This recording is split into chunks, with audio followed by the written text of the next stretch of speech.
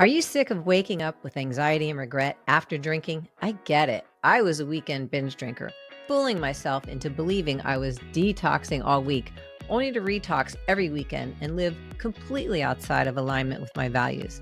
As a former personal trainer who cared about health, that disconnect pushed me to finally make a change. I'm Maureen Bankovich, and this is Sober Fit Life, a podcast where we get real about alcohol, share powerful stories, and learn from wellness experts so you can thrive physically, mentally, and emotionally. Let's get sober fit. Have you ever Googled, "Am I an alcoholic?" Me too. And here's the thing, it's not a helpful question. Those quizzes just slap on a label. Yes, you are. No, you're not. But what if it's not about the label and more about how drinking actually makes you feel?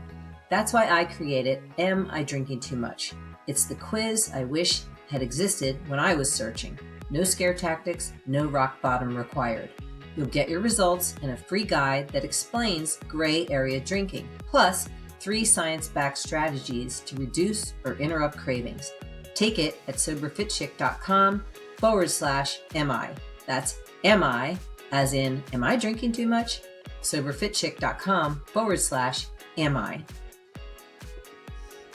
Hey everybody, welcome back to Sober Fit Life. I took a little break, took a 2-week vacation in Europe, and have a lot of interesting alcohol-free travel tips that will be on another podcast. But today, I am so excited to introduce Paulette Kengg. And how do I say that last name? Kengg? It's Kengg.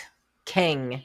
Yes. A wife, mom, grandmother, and retired award-winning editor who spent decades covering the oil and gas and healthcare industries. She's also the author of Spirit-Led Sobriety, a powerful memoir of faith, healing, and recovery. What makes Paulette's story so unique is that her struggle with alcohol didn't begin until her 50s, when she started using it to cope with insomnia.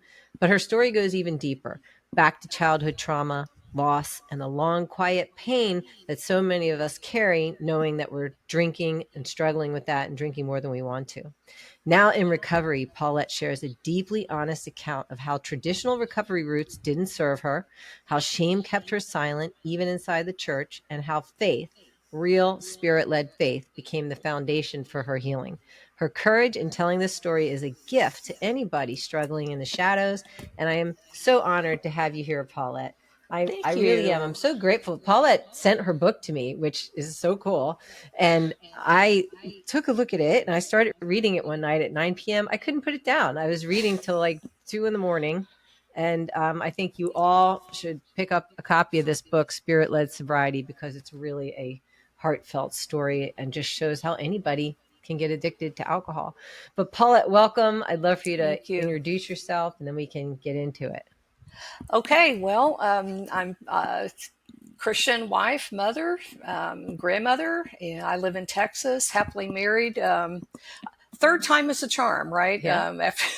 Third time's a charm, happily married almost 18 years, and I quit alcohol. What can I say? Yeah. I quit and stayed quit. That's I still can't believe it. We were just talking about that before recording, that sometimes you're like, wow, I really did it. I really don't drink anymore. I'm a person who doesn't drink anymore. It's so cool. And I don't even think about that I don't drink. Like once in a while, it'll hit me that I really did it. I really, anyway, It's all good. It's great. It is. And I tell you, so Paulette opens up with a near-death accident that happened to you while you were drinking alcohol and you were taking Ambien, I believe, at the time for your insomnia. And so let's just start with that story, because that is unbelievable what happened to you and that you survived. Yeah. I don't want to give away all of the details of the story. I don't want you to either. Because the opening chapter, I've not heard anyone that said that they did not get hooked on that opening chapter. But basically, I was alone at our vacation home on the lake. My husband was out of town at a conference, and I had been having chronic insomnia for 8.5 years. And it started when I got my last editorial job, and I worked from home, which was different from any other job I had had. And I absolutely loved the job.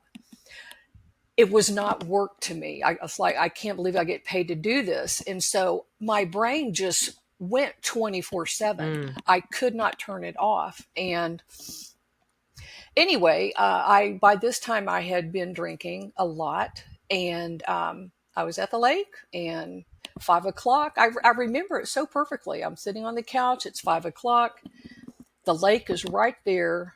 I decide it's a good idea to have a drink and like open my Kindle and just, chill out. Mm-hmm. Well, I'm a Texas girl, right? I drink Jack Daniel's straight. I drank You Jack drank. I was Daniel's going to straight. catch you there. Yeah. Drank. No Coke, no ice, not even ice, and lots of it. And so when you drink a lot, then I started getting sleepy, but I take Ambien because that really helps. Well, it wasn't the first time I had done that, but I apparently had more Jack Daniels than I realized. Mm-hmm. And I took the Ambien and passed out on the couch, got up, and tried to make it to the bathroom, and I had an accident. I'm not going to describe it. But when you read about it, it will make your stomach turn. It makes your stomach turn. Yes. And it is literally a miracle that I was able to drive. My glasses were broken. I can't see without my glasses. And our lake house is in a little country town, about 10 minutes. I had to drive about 10 minutes through dark, hilly road. I was bleeding. I was gushing, bleeding. I will tell the readers that. I had blood gushing out of me, out of my side. And I couldn't see how bad it was because my glasses were broken. And I got to the clinic and they were like, "What's wrong?" And I'm like, "Oh, I'm bleeding." I waited. I don't know if I put that in the book. I waited for over an hour. They didn't realize how bad. And when they got me into the room and saw, they were like, "Stay with me, stay with me. No, you can't go to sleep. Where's your, who can we call? Who can we call? Wake up, wake up." Because I was losing consciousness. I was losing so much blood. They called an ambulance, obviously. And I could cry at this point because it was just so awful. I remember thinking, my husband's going to divorce me. This is it.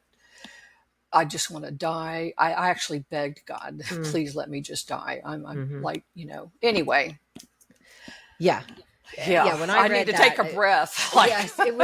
Everybody, I'll tell you, get the book and read the opening. You won't be able to put it down. And like Paula, I don't want to give the rest away, but let's now backtrack to, you weren't really much of a drinker at all, if I'm correct from memory of reading, but you were having this insomnia and a friend just casually said to you, what? "Why don't you have a glass of wine?" She was like, duh, have a glass of wine before you go to bed. And that's what the alcohol marketing industry, right? They just have a glass of wine. Well, they're telling you have a glass of wine for just brush your teeth with it, for crying out loud. You know what I'm saying? Yes. And but because I had not had a problem with alcohol, it never occurred to me. I mean, alcohol was just not it never occurred to me, oh, that might be a good idea. So I actually talked to my husband. He's like, "Well, you don't have a problem. Go ahead. It might work." And you know what? It did. And what I want people to know, for me, I mean, I developed this addiction in my mid to late 50s. And when my brain recognized alcohol as the solution to your insomnia, because it did help me relax, when I say that addiction took hold, it took hold in about a week. I very specifically remember telling my husband, something has changed in my brain or my mind. Something's wrong. I'm not processing alcohol the way that I used to. I'm drinking way too much. This is scary. Because what I would do, Maureen, is I would have that glass of wine. I would take it like I was taking an Ambien. I was off Ambien at this point. I would take it like it was a Tylenol. I literally had a bottle of wine by my bed. And after alcohol, it's a depressant. That's what it's a sedative. It helps you relax. But then after a few hours, you wake up, that's the stimulant part. So I would just pour another glass of wine, drink it, go back to bed. That's how the addiction formed. Yeah, I thought it was so interesting in the book that you said you recognized something had literally changed in your brain. You felt it, you were aware of it, but Immediately. you weren't quite sure exactly what it was, but you knew something was I different. did. I did. Yeah. 100%.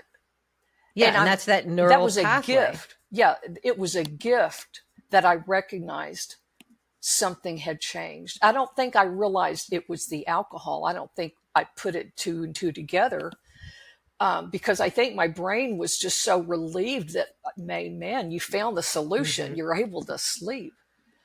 The quality of sleep was awful, but I was sleeping more than I had for 8.5 years.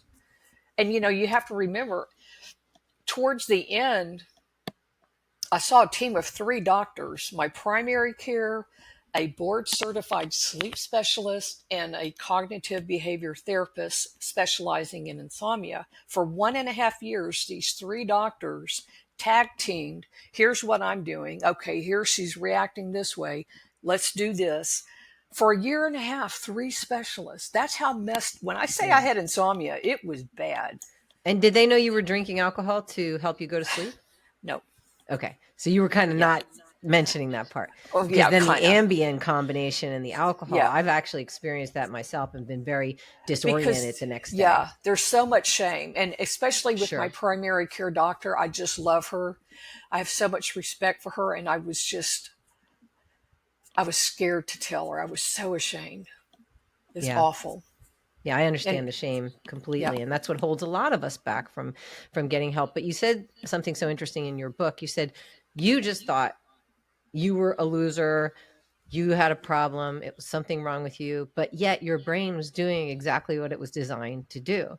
yeah, Our brains try to protect us, and it's like, great, this stuff's helping you sleep.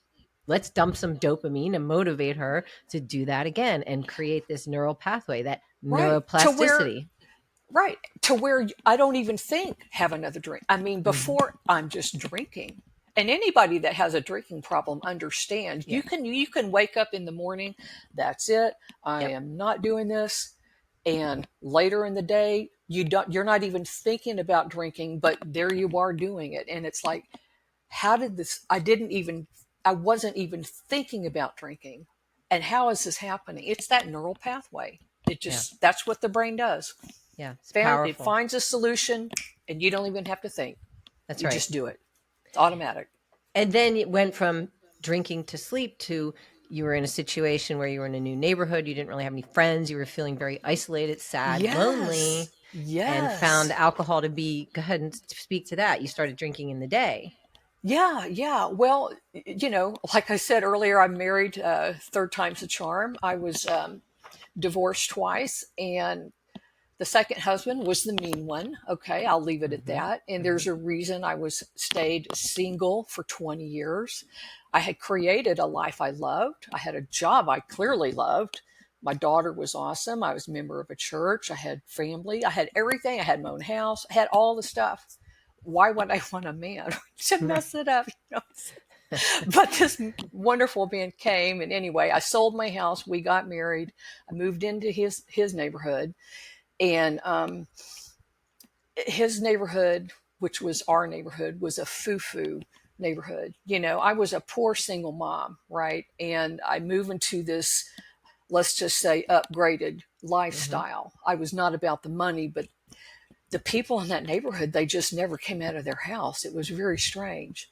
And I was in my early 50s when we got married. And unless you have a kid in school, or you have a job, or you're a member of a golf club, or something in the neighborhood, it's very difficult for me to make friends. You have to be around people on a regular basis, kind of like the same people. Hmm. And for someone like me, that I love people, I can talk your head off. Obviously. And to not have that outlet, Yeah. not have that opportunity. And my husband traveled a lot, and I started drinking because there was like nothing else to do, Yeah. You and use I the was words. It lonely. became your comforter, your friend. you were Everything. bored, you were lonely. And I hear Yep. this so much with my clients that, yeah, it became my friend, my Yeah. comforter, my Yeah. confidant. And pretty soon I was drinking so much, even in the morning. I'm so ashamed to say it, but when he would leave for work, I would start drinking around 9:30 or 10 in the morning. And I would drink, drink, drink, and then I'd pass out for a little afternoon nap, and then I'd get up and shower and, hair, makeup, because I wanted to be a good wife. I mean, I married the best man in the world, and he had absolutely no Mm. idea. Yeah. So there's all that keeping the secret, Yeah. pretending, that exhaustion of that. Yes, girl, I used to hide my wine bottles in my black and white polka dot rain boots in my closet. He would go to work, I would get the bottles out, and then I'd have to drive to all the stores looking for the exact bottles because he has a photographic memory. Mm. So he would know if this particular wine bottle was, it was exhausting, Yeah. and The having to mental, hide them. the mental real estate expended on that. Yeah. But I The get it, because you were in the energy, the shame cycle. exhaustion. Yeah. And you were just trying to survive. Even when And you're not drinking, you're dealing with drinking. You're mm-hmm. dealing with the shame of it, hiding it, trying to replace it, thinking about when is your next drink, when are they going to leave the room. I don't miss that at all. I don't either. I call it taking up mental real estate, and you don't realize how much of your brain it's taking up until you stop drinking. And tell me if you Yeah. do this too. And all of a sudden, it's like, wow, I have so much time, and I can think of doing other things, and I'm motivated, and Yes. Yes. Oh, it's a freedom. anyway, it's, Yeah, yeah. yeah. So, I mean, that your story is so incredible, and I know, you talk about, it's important for people to hear that anybody can get addicted even later on in life, even when you're doing something as harmless, quote unquote, as trying to drink to help with insomnia. So once you realized you were dependent on alcohol, I know you tried several traditional routes of getting free from this. So can you talk about that and your experiences with that? Absolutely, sure. I tried AA and I tried Celebrate Recovery. Those are the two most well known that I know of. And I have nothing against either of those programs. I have to make that very clear. They Yes. just did not work for me. Um, I went to several different meetings, several different locations. I tried all the advice. And I remember one of my sponsors with AA, I am a Christian, okay? Mm-hmm. And I remember she said, and here's exactly how she said it: You, of all people, how could you have the power of the Holy Spirit inside of you? You, of all people, should never have had a relapse. What's wrong with you? Get Uh, up that aisle and get that chip. Now, how does that help me want to stay sober? How does that help me want to go back into the room? You want to know what I did when I left with my little chip? drank. Yeah.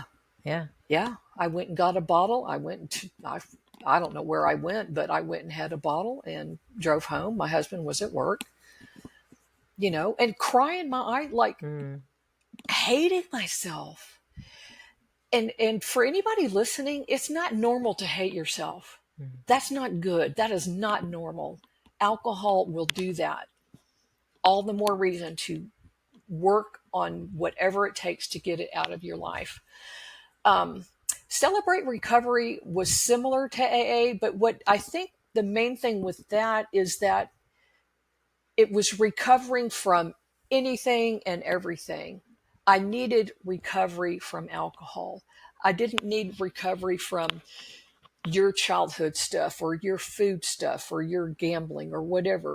I needed it to be specific. And so I don't want to sound mean, but I don't like wasting my time. I Mm-hmm. wasn't getting the help. I was open, but it just wasn't for me. Yeah. But I didn't give up. I kept looking. I tried everything that God put in my path, as you well know, Yeah. and Yeah. all of it helped. I love that you didn't give up and you found, Oh, no, what no. fit, yeah, for you. And I just want to let everybody know, Paulette is a go-getter. When you read her history and life and how you did drop out of college, and we're going to talk about that if that's okay with you. Of course. But then you pursued a career and against all odds became very successful. So my point is, you have willpower, you're a go-getter. So it's not that you didn't have willpower or moral failing. You were drinking an addictive substance on a regular basis and got addicted, just like I did. But most of us Right. think, what's wrong with me? Why can't I beat this? Well, because it's an addictive drug. Right. And your brain is only doing what it's designed to do. Yeah. Such an important message for Yeah. people to hear. So let's talk about that. Actually, I want to backtrack even more. Sure. Let's talk about when you were in college, something that really changed the trajectory of your life. And Oh, sure. Can I go back a little further? you can go back wherever you want. I want to talk about when I was 14 years old, Yes, what happened. yes. Oh, yes. Okay. When I'm the youngest of 5 kids, and when I was 14, my dad was shot and killed by his brother who was drunk. My uncle shot and killed my dad in cold blood. And my oldest sister came and picked me up. She was married, and she came and picked me up and gave me Jack Daniels. But that's all she knew to do. Right. We were raised in a house where both parents drank, and it was, anybody that's been raised in a house with even one parent drinking, I don't have to go into everything. We saw and heard things no child should have to see. And it's awful enough what happened to my dad, but what's significant is my dad was the parent that loved me. Mm. And what I mean by that is my mom was pressured to have the son. Men always want the son. And she had 3 girls. She finally had my brother. So the last thing she wanted was another kid. Well, I didn't ask to be conceived. And so my dad, I think he really saw my mom's complete neglect of me. And I'm not talking as a victim mode at all, Right. but he saw, and he gave me a lot of extra love. And he's the one that said, you can do anything you want, you put your mind to. I would never have been able to accomplish the career change in my dreams without a college degree, a mentor, foot in the door, nothing. I never would have been able to do that if my dad had not spoken that words of life into me, even at such a young age. But fast forward, I'm in college. The night of my 19th birthday, I got raped. Yeah. There was alcohol involved. And why is that important? Well, I was a virgin. I was raised Catholic. I'm not Catholic anymore. That's okay. Mm-hmm. But raised as a Catholic, you do not have sex outside of marriage. And I was raped. And I'm so sorry that you was, went through that. thank you. Well, it was traumatic. Mm-hmm. And I couldn't look at myself in the mirror. I couldn't shower long enough. And I quit school about a week later because the guy that did that to me was in several of my classes. He was in the same apartment complex. So I had a choice, either to continue facing this person who took advantage of me or move home with drunk mother. Well, I moved home with drunk mother, and drunk mother never knew anything about what happened. She never knew the reason. I never told anybody for about close to 30 years, actually, what happened. And even when I did, it was in passing to one of my sisters in conversation, and she's, what? Yeah. But anyway, we're not here to talk about that. But the point it is, was there trauma. was so much trauma and shame, and Yeah. there was alcohol even back then. But then there was a time period where you really didn't drink that much, right? It was just like, yeah, for years I didn't drink, for years and years and years. And then I had friends, and we would go to a club, and I'd have a drink now and then. It just was not a thing. Mm-hmm. And when I met my husband and we were dating, we would go out for dinner. I'd have a drink, whatever. When we got married, we had a fabulous honeymoon, and just I got to travel all over the world. I've been to a lot of beautiful, wonderful countries and had alcohol, just, whatever. It was not a thing until it became the thing that solved my sleep problem. Yes. So, And then it morphed into so much more. So much more. Boredom, loneliness, depression, anger. Yeah. So during your research, when you started looking into trying to change your relationship with alcohol, you uncovered something called the ACE studies, right? The ACE test. Yes. Can you Yes. talk about that? Because it relates back to every trauma you just shared. Absolutely. And there's more. Yeah. I believe it's called Adverse Childhood Experiences. Yes. And I listen to a lot of podcasts. I read a lot. I mean, that's my news background. I dig until I find what I need. And I don't remember how I heard about it, but it's called Adverse Childhood Experiences. You can Google it. The acronym is ACE. And it's a quiz. It's a 10-question quiz that you take.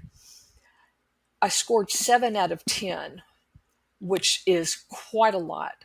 Right. I experienced 7 out of the 10 main adverse child experiences that the psychologist determined were like the worst things a child could go through. I scored 7 out of 10. So no wonder I had some trauma.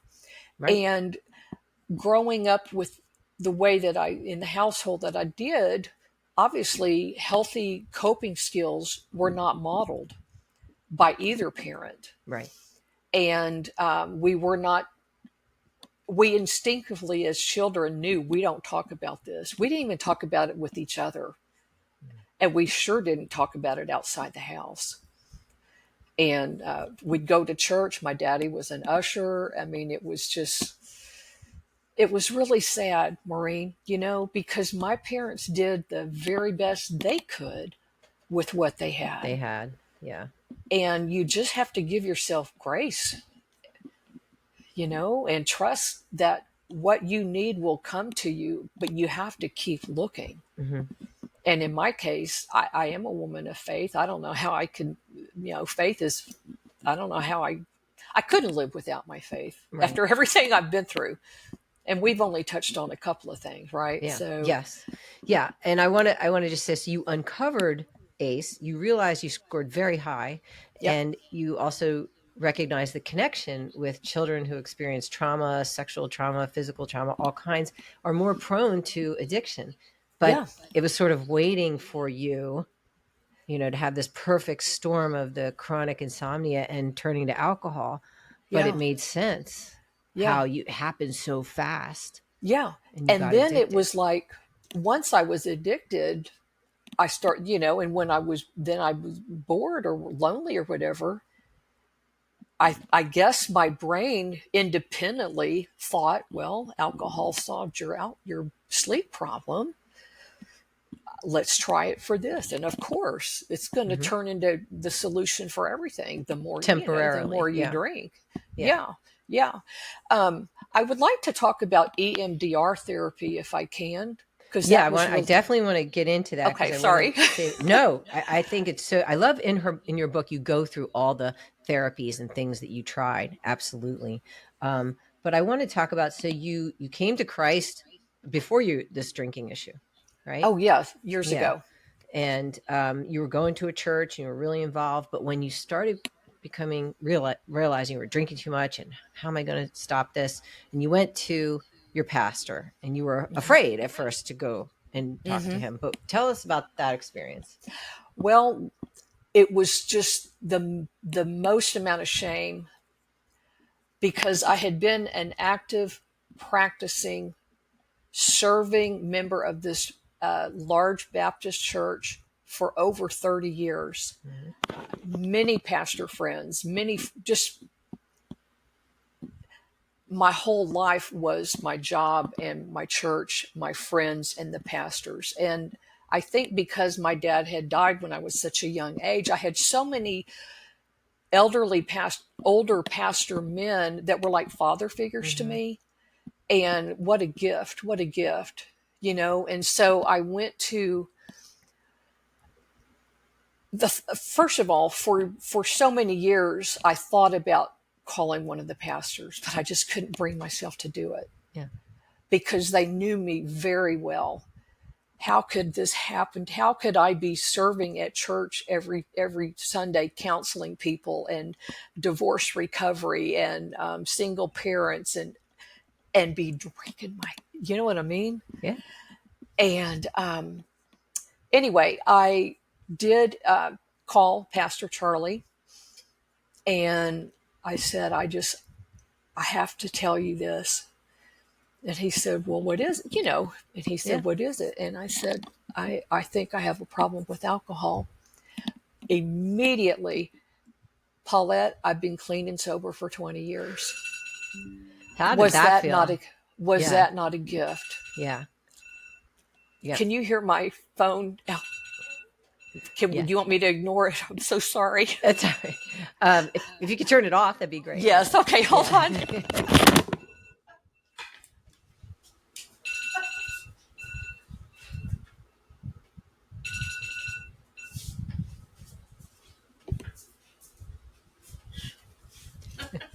These things happen. Nothing like live, people. That's okay. I thought, I just want to really stay on this point for a second because I was active and serving in my church. I was teaching Bible study and I was drinking like crazy on the weekends and, thinking I was pulling it off on a Sunday when I'd show up dressed up, but probably smelling like alcohol. And I didn't want to admit that either. And I think this is very common within churches that so many people, women I've talked to, I have other coach friends who are Christian coaches, there's just so much shame around it. I think in the last few years, people are talking about it more within the church. Yes. And so that's why I think it's so important that you share this part of your story. Well, thank you. Yeah, I did. And I practically started crying. I'm like, because I would have, just like he probably never would have thought I had a problem. Right. I never would have thought ever he would have ever. But see, that just goes to show you the guilt and shame, especially in church, has got to stop. Yes. And anyway, he put me in touch with a lovely lady. She's a biblical counselor, which is completely different than a Christian counselor, I learned. And together for a year and a half, I worked with her. We worked through a book called The Heart of Addiction by Mark Shaw. It's a book, and then he has an accompanying workbook. And it took a year and a half. I mean, she was excellent. She very slowly, very methodically. And for people of faith, this book will break your heart in the best possible way. Because I've had a relationship with God for about 35 years now. So the Heart of Addiction teaches that the world calls it addiction. But from God's perspective, from a biblical perspective, it's the sin of drunkenness and idolatry. Yeah, because alcohol becomes your idol. Yeah, and there's just no way to sugarcoat it and try and make yourself feel better. Yeah. If you're a believer in Jesus Christ, this is what the Bible says, and it's right. The Bible is never wrong. God is never wrong about anything. But that's what I needed. That's what I needed. It broke my heart. I'm surprised I'm alive. I cried so much. I was so dehydrated from crying. I cried. I couldn't cry anymore. Every lesson, it hurt more and more and more. But that's what I needed. One part of me, there's two parts of me. I'm very analytical. I got to know why. And then I'm spiritual. These two components that make Paulette who she is. So that covered the spiritual side. Yeah, I'm like you of those two parts. And I share a lot about my story. I struggled with infertility. I could never have children.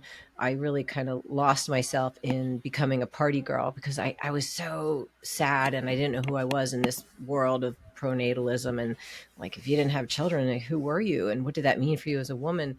So I really latched onto the identity of a drinker, a party girl. And I was angry with God. I stepped away from my faith, definitely. But fortunately, he never gave up on me.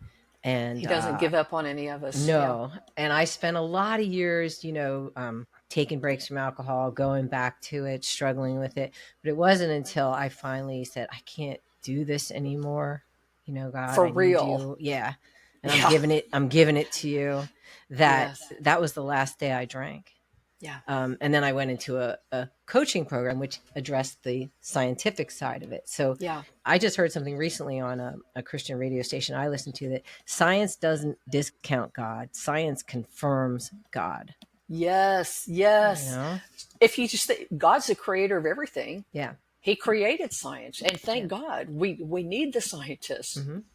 You know, And he created neuroplasticity and how the brain works. So yes, when we, we're addressing the spiritual side, and then you said finding Annie Grace's book, This yep. Naked Mind, helped you address the scientific side. I'm certified through This Naked Mind. And Nice. I went through her coaching program myself, and that's what made a difference for me, because once I understood, okay, this, for me, not a disease, I'm not powerless. This is how the brain works when you drink an addictive substance, drug, Yeah. all the time. And there are ways to rewire the brain. Right. You're not a moral loser. Exactly. So those two pieces together, same with me, spirituality as well as the scientific, were the Right. combination that I think is so powerful as Right. well. And I did the science stuff first. I mean, that's just how my journey went. I read her book, and not only did I read her book, I did a lot of the courses and programs Mm-hmm. and things that she lists, because I really wanted, I did the great courses. I Mm-hmm. did Huberman podcast Yes. number 86. Yeah. Andrew Huberman, episode number 86. Got it memorized. Daniel Amen from the Mm-hmm. Amen Clinics. I listen to him all the time. Yeah, I've got books by him. I just found it fascinating. And the more I learned about science and how alcohol affects the brain and body, the less guilt and shame I felt. Yeah. Okay. So that's neuroplasticity. Mm-hmm. Is, for anybody that doesn't know, it's the brain is literally capable of rewiring itself. Yes. So here's what's at the end of my journey. This is what clicked for me. I understood neuroplasticity, but I also understood, I think it's in the book of Romans, where the Apostle Paul is talking about, why do I do the things I don't want to do, and I don't do the things I want to do? Who will save me? A wretched man am I. And we must transform and renew our mind from the inside out. That's right. That is the spiritual answer to neuroplasticity. Boom. That was it. Same with me. And neuroplasticity works both ways, right? So if you're constantly drinking and you're linking, this helps my depression, my sleep, my anxiety, how I socialize, Boredom, how I celebrate, yep. then your brain chemistry is changing in that direction. But if you start to rewire your brain and say, well, wait a minute, this is a drug, it's addictive. I can do other things that will meet the needs of depression, anxiety, sleep, and rewire my brain in a healthy direction. So you were mentioning EMDR, and that's one of those kind of tools that you can use. So let's talk about that. Yes. EMDR, I don't remember the exact something electric. Anyway, Google it, people. I'll put it in the show notes. Yes, okay. EMDR, but it's a very interesting kind of therapy. They're in EMDR therapists, and you just basically sit in front of the therapist, and she'll ask you to remember a very specific traumatic event, and she'll I forget how Yeah, it's she would. eye movement desensitization and Yes, reprocessing. It's a psychotherapy yes, treatment used to help individuals process and recover from traumatic experiences. I got yes. it now. I've So done it too. she was doing something like this, having my eyes go back and forth while remembering this awful Hmm. one of 1,000 different little scenes. And I don't really understand how it works. I just know that it does work. Yeah, me too. And another thing, one thing, one of the many therapists, I, I don't remember which one, and I'm sorry, she was just a therapist. One of the most helpful things she said, especially because of my childhood trauma, she suggested that I find a picture of myself when I was a young child, 6 or 7 years old, frame it and put it where I could see it. And anytime during the day when I would be feeling bored, angry, lonely, tired, whatever, or just upset, when Yeah, you're in the middle of recovering, you're not getting along with people, you're doing your damn best. it's a And you're transition. dealing with people that don't understand how hard this is. Yeah. And she said, look at yourself and talk to yourself as a child Mm. and just say, I'm here, you're safe. Yes, what you went through was awful, but look at you now. Look at Yeah. where you are. You're okay. And you know how to take care of yourself. You're going to take care of yourself. You Hmm. don't have to have anybody else. You take care of yourself. And it sounds goofy, but No, I when you're love that. There's a desperate, book called Taming Your Outer Child that sort of talks about that. yeah. And I love that. Yeah. Dr. Amen's wife, Tana Amen, she wrote a book, excellent book, The Relentless Courage of a Scared Child. Mm. Excellent book. Excellent book for someone that has trauma. Yeah, I could talk to you forever about all the people we could listen to and I follow. know. And, the great thing is Paulette mentions all of these things in her book in depth, because you're analytical, um, writer, research minded person. You looked into all these things, and you're making such an important point that a lot of my clients start to realize is, wow, it's not just about removing the alcohol. That's really just the first domino. It's once you remove the alcohol, looking at all the things that we used alcohol to either not feel or avoid or not process. And that's where all these other tools and rewiring our brain and listening to other people on podcasts and getting as much information as we can helps us Yeah, to and heal. the confidence you feel, Hmm. Oh, yeah. the trust you, I trust myself. I can look in the mirror Mm. without guilt or shame. I don't have to hide. I don't have to look for the empty bottles and go to this, no, I don't have to do any of that stuff. Yeah. Yeah. I never wake up going, man, I wish I drank, you know? Or have to, yeah, or scroll and look and see through my phone, who did I text or Yes. FaceTime, and oh my gosh. And, Yeah. It's the you worst. know, and I feel like I've broken the generational curse Mm. because my daughter doesn't drink. So important. And talk about scary. I gave her a copy of she of course had no idea that Oof. I had she left, she got married young, or, in her early 20s, and she's been grown and gone, gave me 2 grandkids, and she had no idea I was having a problem. Yeah. And she thinks I hung the moon. I don't know why. So, and I know that, and that made it all the more Oh, difficult yeah. to humble myself and make her realize I'm not perfect, honey. I'm human. Mm. I went through hell. This happened to me. I don't, just don't do it. Look at what Yeah. grandma, look at what happened with my dad. One of my sisters 3 years ago, Maureen, I didn't care. This didn't happen because the book was written. One of my sisters 3 years ago drank too much, fell, hit her head, and bled to death. Oh my gosh. I'm so My other two sorry. sisters discovered her body 2 days later. Ugh. You see what I mean? Yeah. It's alcohol. I know. And the way the alcohol industry promotes it, especially to women, really pisses me off. Yeah, me too, because they promote it like, Sex in the City. It's all empowering. This is what independent women do. And it's the most disempowering substance on the Yeah. planet, I think. Even freaking, you can't even watch Hallmark. Nope. A Nope. Christmas movie. It's a joke. Like I'm 5 minutes in and already Yeah. they're having the wine. Or even a Or reading catalog with clothing. or even a book, just a Yeah. fiction book. Page 3, they're already having a hangover. Yeah. Yeah. But what I love is that what you did is you allowed yourself to be spirit led, and you got brave and had courage, and you wrote this book. And Thank you're you. allowing God to use your story, and I feel it's the same way with me. Like, never did I ever think I'd be a coach Right. helping people change their relationship with alcohol, let alone having a podcast. Listen, I'm so bad. I had business cards made with the cover of the book.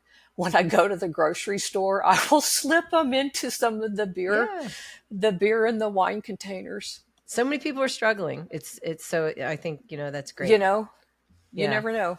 Yeah, I so enjoyed talking with you. I could go on and on because you're I so get it. I interesting. feel the same way. Yeah.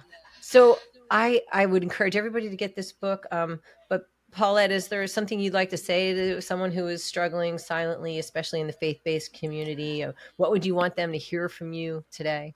I want you to contact me Mm. if you would like to, if you feel comfortable. Spirit-Led Sobriety at gmail.com. I have a private Facebook community of the same name. We've got close to 400 members, all Christians, all struggling. And what I love about that community is there's absolutely no judgment. Mm-hmm. My community is different because we pray for each other every day. If you're praying for all these people that are in your community, you can't badmouth and pray at the same time and call yourself like. Right. And but people direct message me all the time. I've never turned anybody down. I will say I'm not trained, certified. I am none of those things. I'm just a wife, grandmother, mother who has been through hell. Literally, I literally almost died. Yes. Literally, God did save me for Yep. a reason. For a reason And and a purpose. there's nothing anybody could tell me that would shock me. Yeah. Same here. And I'm happy to listen to whoever. I offer advice only if asked. Yes. Well, that will be in the show notes. Reach out to Paula. You can get her book on Amazon.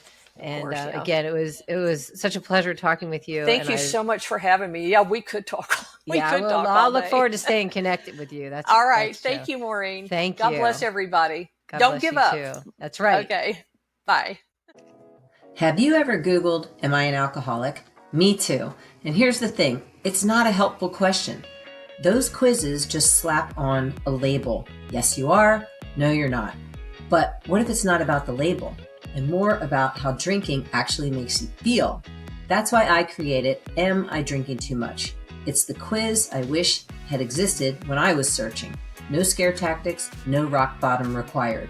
You'll get your results and a free guide that explains gray area drinking, plus 3 science-backed strategies to reduce or interrupt cravings.